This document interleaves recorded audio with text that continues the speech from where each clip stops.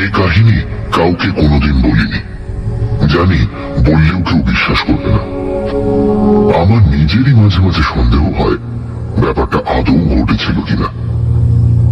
যখন হাতে কোনো কাজ থাকে না, বারান্দায় বেতের চেয়ার পেতে চুপচাপ বসে বসে কলকাতার ঘনায়মান সন্ধ্যার দিকে চেয়ে থাকি।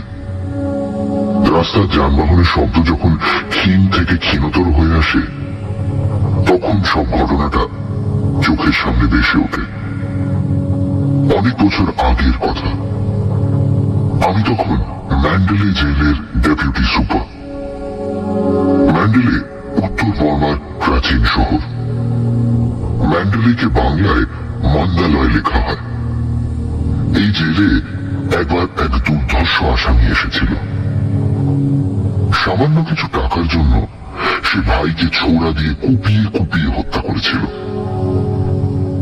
লোকটার নাম পেমং। বয়স খুব বেশি নয়, বছর 22-23। বাপ ছিল না। দু ভাই ঠাকুরদার কাছে মানুষ। পেমং স্কুলের ধার থাকত না, কেবল লুকিয়ে পরের পুকুরে ছিপ ফেলা, পরের গাছে ফল পাকুড় পাড়া, সিনেমা দেখে দেখে বেড়ানো, এইসব করত। পেমংয়ের ছোট ভাই ঠিক তার বিপরীত। লেখাপড়া তো করতই, অবসর সময় ঠাকুরদার চাষবাসের কাজে সাহায্য করত। সপ্তাহে সপ্তাহে চাষের তরি তরকারি হাটে নিয়ে গিয়ে বিক্রি করত। এইভাবে সে কিছু পয়সা করে জমিয়েও ছিল। একদিন পেমং ভাইকে বলল, 10টা টাকা ধার দিবি, শহরে যাব, রেল ভাড়া আর হোটেল খরচ লাগবে, তবে টাকাটা আমি 1 মাসের মধ্যে শোধ করে দেবো। ভাই দাদাকে খুব ভালোই চেনে। এর আগে কয়েকবার যে টাকা ধার দিয়েছিল সেটাই ফেরত পায়নি। আর দাদা ফেরতই বা দেবে কোথা থেকে? তার তো 1 পয়সা উপার্জন নেই।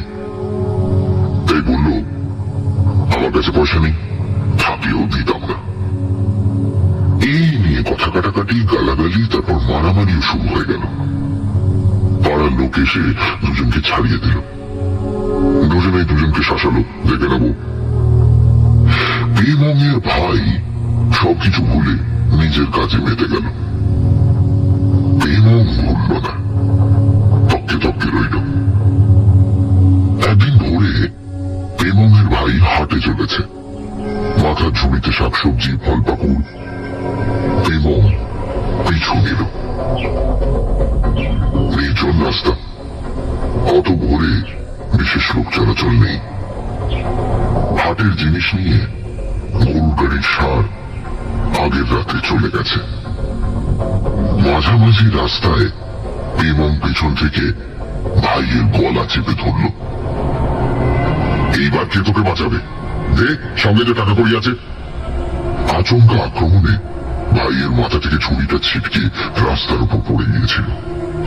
সে ফিরে দাঁড়িয়ে লড়বার চেষ্টা করেছিল, কিন্তু পারেনি।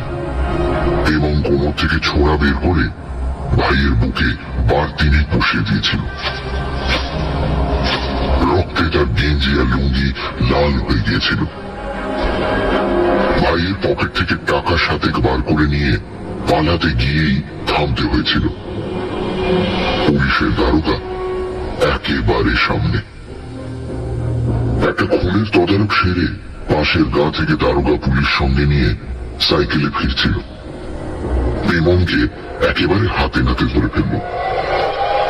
এই হচ্ছে পুলিশের কাহিনী।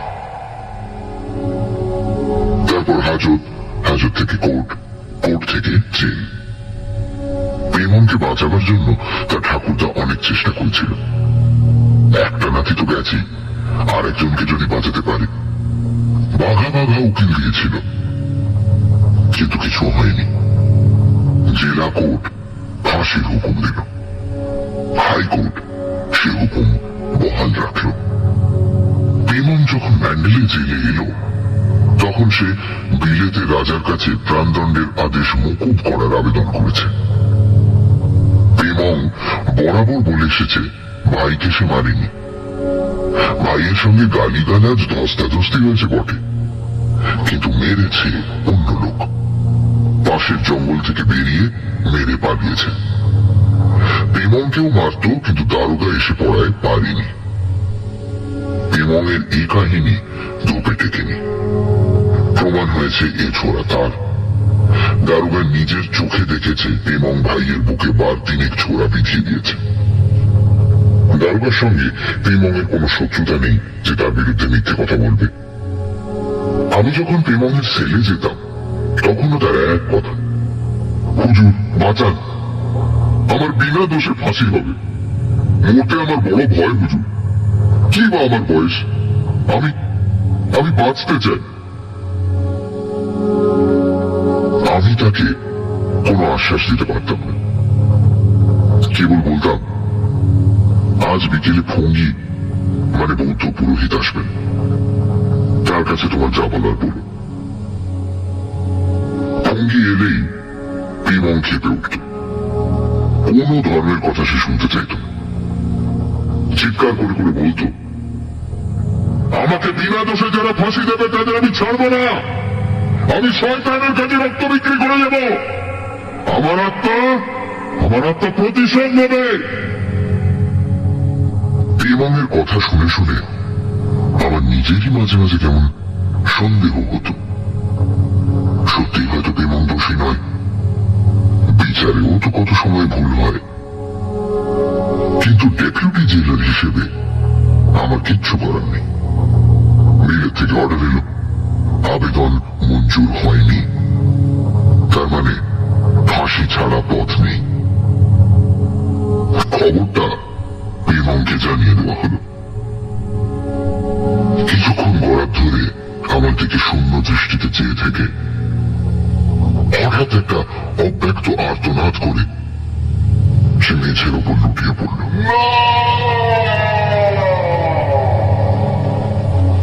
ভয় পেয়ে গেলাম। অনেক দুর্ধর্ষ আসামিও ফাঁসির হুকুম শুনে জ্ঞান হারা হয়ে যায় কিংবা রীতিমতো অসুস্থ। ফাঁসির আসামিদের খুব সাবধানে রাখা হয় যাতে তারা আইনকে ফাঁকি দিয়ে আত্মহত্যা না করতে পারে। তাদের সেলের চার দেয়াল খড় দিয়ে নরম করে দেওয়া হয় যাতে আসামি দেয়ালে মাথা ঠুকে না মরতে পারে। রোজ ডাক্তার এসে স্বাস্থ্য পরীক্ষা করে, খাওয়া দাওয়ার খুব তৈবাদ। অবসরের পর থেকে পেমং একেবারে বদলে গেল। চুপচাপ বসে থাকে, দিন রাত বিড়বিড় করে কি বলে। ভঙ্গি কাছে এলে তাকে গালিগালাজ করে তাড়িয়ে দেয়। মডেলকে বলে আমি খুন করিনি, তবু এরা আমাকে ফাঁসি দিচ্ছে, আমি কাউকে ছাড়বো না, সবাইকে দেখে নেব। ঠিক মতো খাওয়া দাওয়া সত্ত্বেও তার চেহারা শীর্ণ হয়ে যেতে লাগলো। বোঝা গেল এটা হচ্ছে মানসিক চিন্তায়।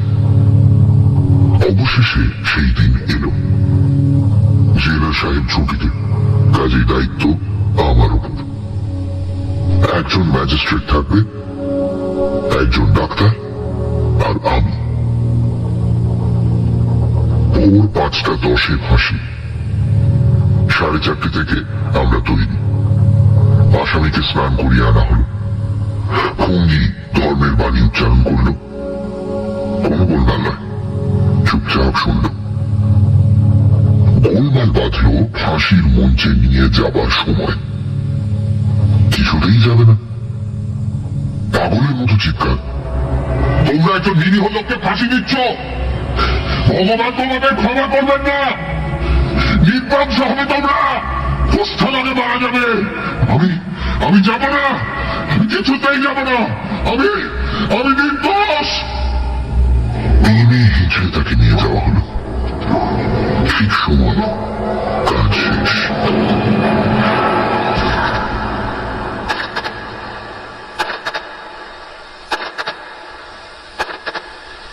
কালো কাপড়ে ঢাকা দেহটা থরথর করে কেঁপে উঠেই নিস্পন্দ হয়ে গেল চিরদিনের জন্য। একটা মানুষের আকৃতি, প্রতিরোধ সব শেষ হয়ে গেল। এর দিন দুয়েক পরেই ব্যাপারটা ঘটল। রাত তখন 12টা হবে। একটু আগে পড়া শেষ করে সবে শুয়েছি। দরজায় প্রচন্ড করাঘাত। জেলের মধ্যে আমাদের সব সময় সন্ত্রস্ত হয়ে বাস করতে হয়। অঘটন একটা ঘটলেই হলো।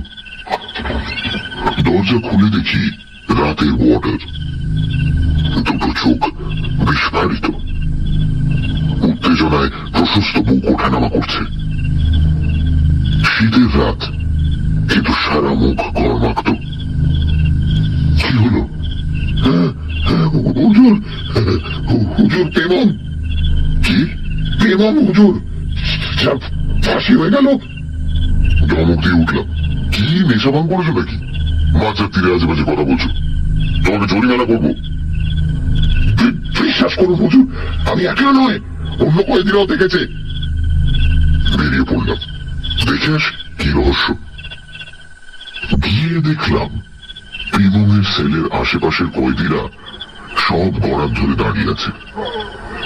আমি যেতেই চেঁচামেচি শুরু হলো। অনেক কষ্ট করে তাদের থামিয়ে আসল কথাটা শুনলাম। কোন এক কয়েদির প্রথম চোখে পড়ে চাঁদের আলোয় চারদিক পরিষ্কার, কোথাও একটু অন্ধকার নেই। একটা চাপা গোঙানি কানে যেতে কয়েদিটা পেমামের সেলের দিকে দেখেই চমকে উঠেছিল। কালো কাপড়ে ঢাকা একটা মূর্তি শূন্যে ঝুলছে, ঠিক ফাঁসি কাঠ থেকে যেমন ঝোলে। একজনের চিৎকারে অন্য সবাই উঠে পড়ে। সকলেরই চোখের সামনে এক দৃশ্য। তাদের হল্লায় রাতের ওয়ার্ডার এসে হাজির। সেলের সামনে এগিয়ে গিয়েই সে থমকে দাঁড়িয়ে পড়েছিল। কালো কাপড় ঢাকা মূর্তিটা মৃত্যু যন্ত্রণায় থরথর করে কাঁপছে। আর সে অপেক্ষা করেনি, প্রাণপণে ছুটে আমার দরজায় ধাক্কা দিয়েছে। সেলের কাছে গিয়ে দাঁড়ালাম। সেল ফাঁকা, কোথাও কিছু নেই। চাঁদের আলো থাকা সত্ত্বেও হাতের টর্চটা সেলের এদিকে ওদিকে ফেললাম। পরিকাঠেও সম্পূর্ণ স্বাভাবিক। দৌড়ে দাঁড়িয়ে জোর ধমক দিলাম, মরা মানুষ আবার ফিরে আসে নাকি? যত সব বাজে ঝামেলা, যাও সবাই শুরু করো। ওয়ার্ডারকে কড়া করে বকলাম, ফের এরকম ছেলে মানুষই ব্যাপার করলে চাকরি নিয়ে টানাটানি হবে। সবে তন্দ্রা এসেছিল, এমন সময় উটকো ঝামেলায় মেজাজ রুক্ষ হয়ে গেল। জানি না আবার কখন ঘুম আসবে। দ্রুত পায়ে নিজের কোঠরে ফিরে এলাম। একলাই থাকি, তখনও বিয়ে করিনি। দরজা খুলে ভেতরে ঢুকেই শরীরের রক্ত হিম হয়ে গেল। বাইরের ঘরে বাতি জ্বালানোই ছিল। এই ঘর দিয়েই আমাকে শোবার ঘরে যেতে হবে। বাইরের ঘরটা অফিস ঘর। কোণের দিকে একটা টুলের ওপর পেমাম বসে, বিস্ফারিত দুটি চোখ। মনে হলো চোখের মনি দুটো বুঝি বের হয়ে আসবে। জিভটা ঝুলছে,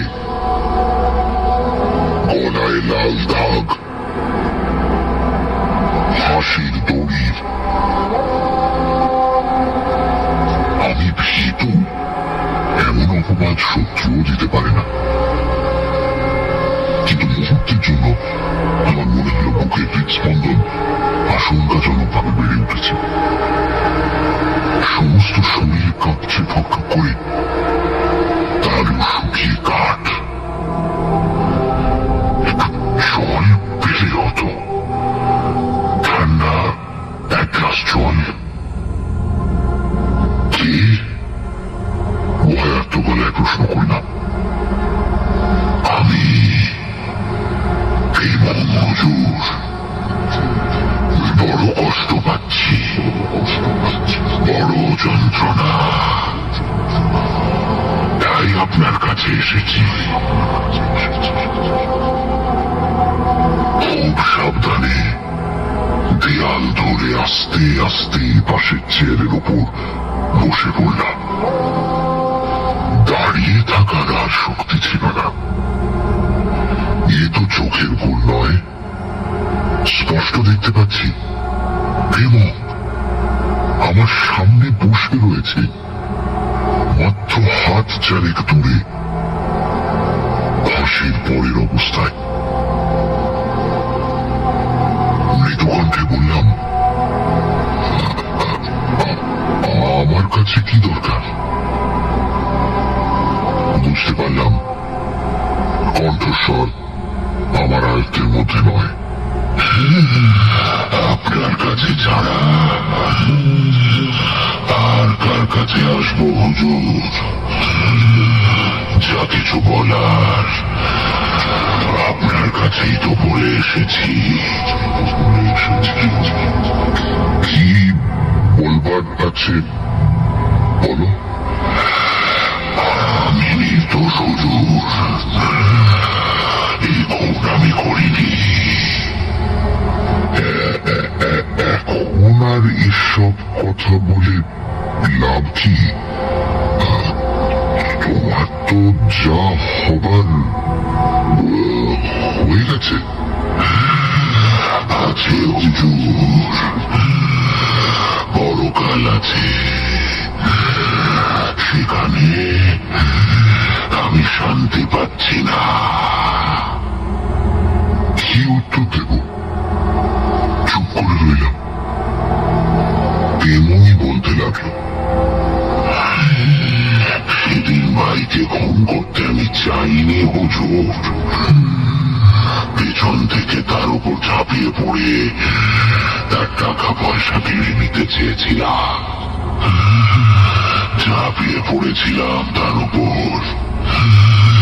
দুজনে রাস্তার উপর যখন গড়াগড়ি খাচ্ছি, তখন পাশের ঝোপ থেকে একজন লাফিয়ে বের হলো। আমিও পড়েছিলাম। আমার কোমর থেকে ছোড়াটা বার করে ভাইয়ের বুকে বার কয়েক বসিয়ে দিল। আমাকেও হয়তো মারত, কিন্তু দারোগার সাইকেল দেখতে পেয়ে আবার ঝোপের মধ্যে ঢুকে পড়েছিল। আমি পয়সার জন্যই যদি খুন করবো হুজুর, তাহলে পুলিশ আমার কাছে থেকে কোনো পয়সা উদ্ধার করতে কেন পারেনি? স্বাভাবিক কণ্ঠস্বর নয়, শ্বাসনালীতে চাপ পড়লে যেমন ফ্যাস ফ্যাসে শব্দ হয়, ঠিক তেমনই আওয়াজ। কথার সঙ্গে সঙ্গে জিভ দিয়ে ফোঁটা ফোঁটা রক্ত পড়তে লাগলো মেঝের উপর। ঠিক আছে, আমি তোমার কথা বিশ্বাস করলাম। প্রেমঙের বিভৎস রক্তাক্ত মুখে হাসি ফুটে উঠল। করলেন তো হুজুর, তাতেই আমার শান্তি। দারোগাকে বলেছি, কোর্টে বলেছি, কেউ বিশ্বাস করেনি হুজুর। আপনার উপরওয়ালা জেলারও নয়, তাই আমার এই অবস্থা।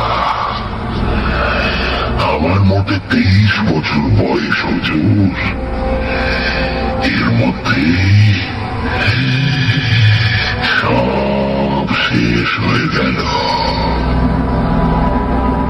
কতক্ষণে কাহিনী চলবে জানি না। দূরে জেলের ঘড়িতে ঢং করে একটা বাজল। বাইরে রাতের বর্ডারের ভারী জুতোর শব্দ ভেসে আসছে। এবার প্রেমং দাঁড়িয়ে উঠল। যারা আমার সর্বনাশের জন্য দায়ী, তাদের আমি ছাড়ব না, ছাড়ব না, ছাড়ব না।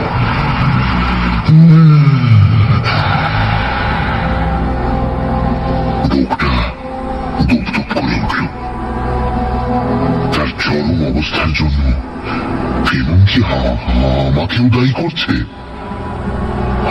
আমার উপর প্রতিশোধ নেবে। বেশ বুঝতে পারলাম, ঘাড় পিঠ ঘামে একেবারে ভিজে গেছে। রুমাল বার করে ঘাম মুছবো, সে শক্তিও যেন হারিয়ে ফেলেছি। হঠাৎ ঘরের মধ্যে কনকনে ঠান্ডা হাওয়া, বাইরে বরফ পড়লে যেমন হয়, সমস্ত শরীর কেঁপে উঠল। কুমড়ি পাকানো ধোঁয়া, ধোঁয়াটা সরে যেতেই দেখলাম পেমন নেই, চেয়ার খালি।